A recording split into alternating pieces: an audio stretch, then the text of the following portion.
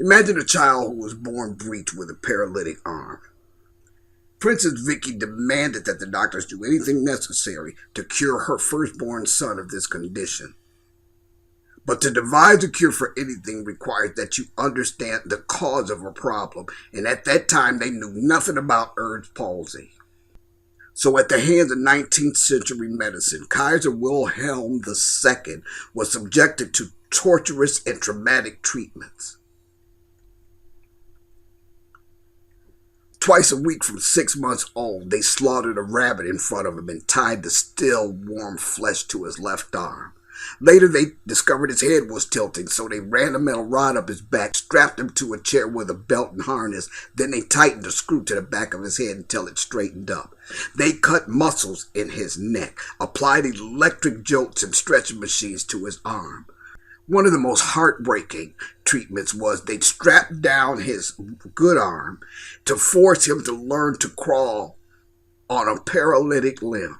Now, how many of you know that an atrophied and paralytic limb is going to be useless? They missed the mark. A reasonable understanding of the cause of the paralysis could have spared Kaiser Wilhelm II torturous and traumatic treatment that fostered a lifetime of bitterness. It subjected him to a legacy of victimization that would later lead to World War I. Similarly, our efforts to reduce recidivism in the United States have been as useless and futile as the Kaiser's medical fiasco. We've thrown billions of dollars at the justice system, while reaping stagnant to lukewarm results in reducing recidivism. We've missed the mark. Too many rely on the treatment. If you don't develop a sense of who you are, then no program in the world is going to help. This statement by an ex-offender gives us a clue as to the missing link in our efforts to reduce recidivism. There appear to be two missing links in reintegration research. One, the lack of focus on turning points that lead to desistance in criminal activity. And two, the failure to acknowledge the implications of human agency in desistance decisions. Simply stated, until a person decides to desist from crime, they will not desist from crime. And moreover, a decision to desist from crime is only as good as that individual's capacity to do so. So it doesn't matter how much we throw at environmental factors. Until they decide to desist, until they have the capacity to do so, they will fall back into criminal mindsets. It's called human agency. Now, human agency is a dynamic force that drives change. It includes self-expression, self-perception, and self-determination, all of which are essential to transformation. I asked a group of individuals who've been reintegrated from 15 to 23 years what led to their decision to desist from crime. Then I took that qualitative data and I categorized it according to Bandur's triarchic reciprocal causality categories of personal, behavioral, and environmental. Now, personal includes goals, outcomes, self-efficiency, self-perception, self-esteem, beliefs, expectations, attitudes, self-evaluation, and self-regulation. The behavioral category includes goal process, motivation, and learning. And the environmental factors include modeling, resources, other people, physical settings, instructions, and feedback. Now, their responses revealed a strong human agentic influence in their decisions to desist from criminal activity. For example, 31% indicated personal factors, 38% behavioral, 31% environmental, and 69% indicated that self-determination and human agency were factors in their decisions to desist. But emerging from the data was another remarkable dynamic. None of these individuals made a single decision to desist.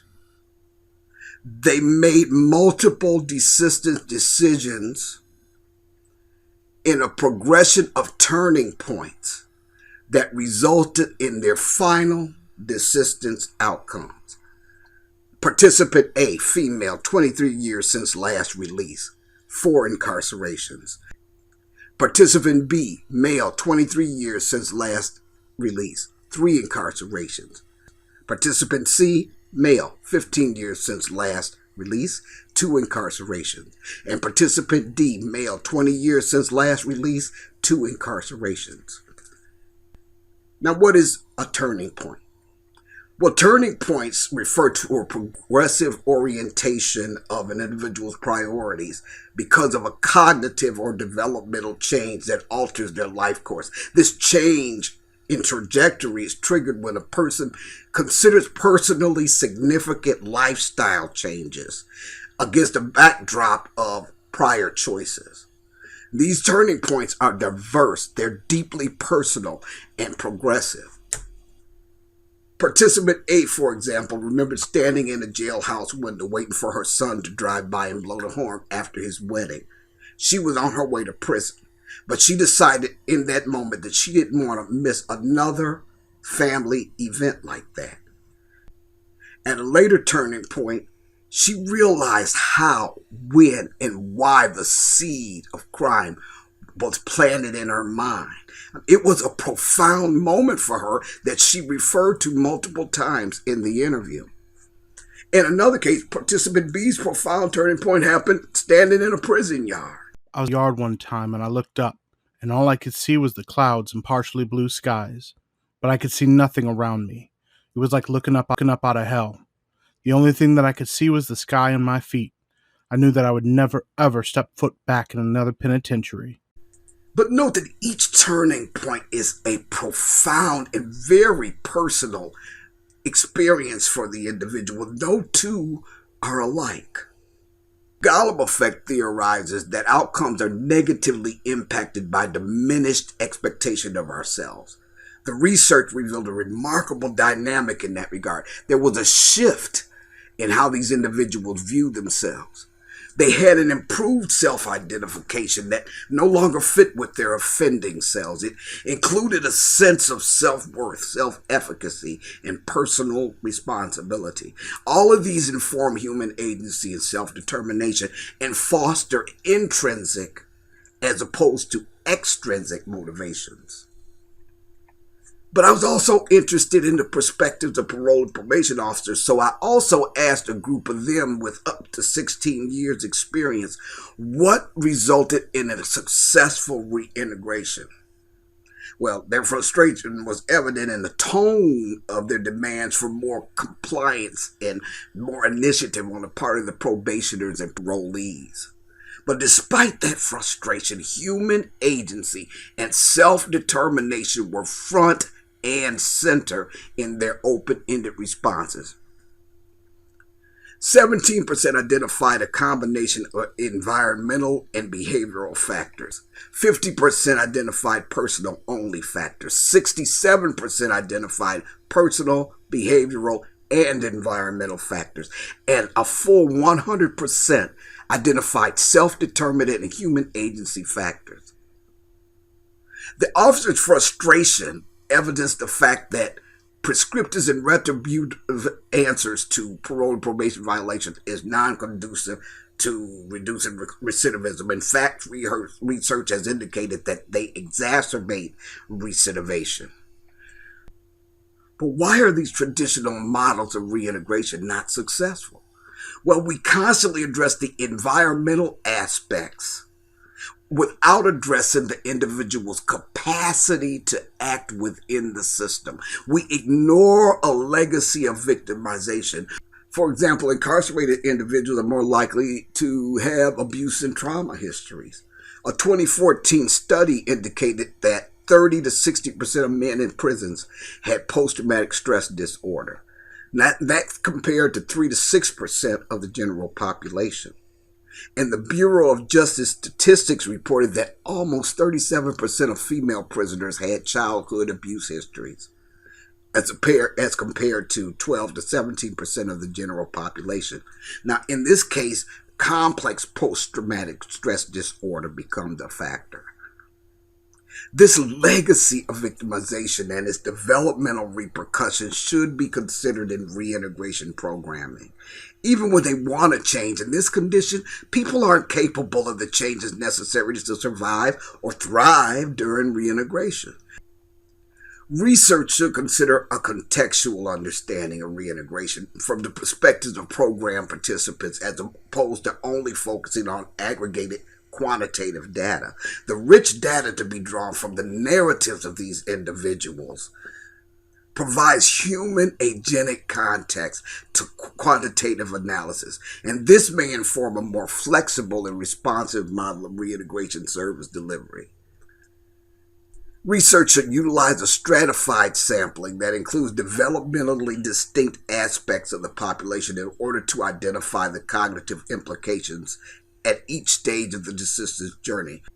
For instance, it should include evaluation of developmentally distinct aspects of the participants, the turning points related to the desistance from criminal activity, the implications of human agency in desistance across the life course. It should use qualitative data to identify self-determined psychodynamic shifts that emerge from the participants' narratives. Then consistently consider participant-specific qualitative data at each stage of quantitative analysis.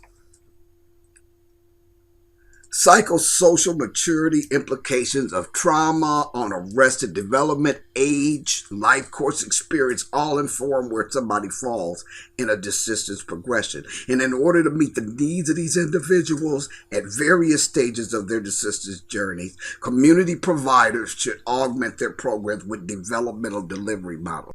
Taking a life course perspective, including a developmental view of progressive turning points, will give community service providers a deeper understanding of where the participants are in their desistance decisions. And this next one is of utmost importance. Stop measuring program or participant success by recidivism. Viewing desistance as a life course progression rather than labeling each recidivism event as a failure might result in better outcomes for reintegrating individuals.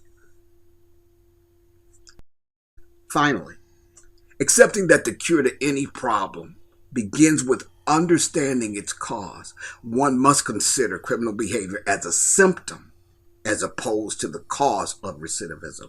Failure to consider human agentic influence on reintegration and failure to consider a recidivation event as part of a progression instead of a failure perpetuates a legacy of victimization. That's tantamount to strapping down the good arm and forcing a child to crawl on a paralytic limb.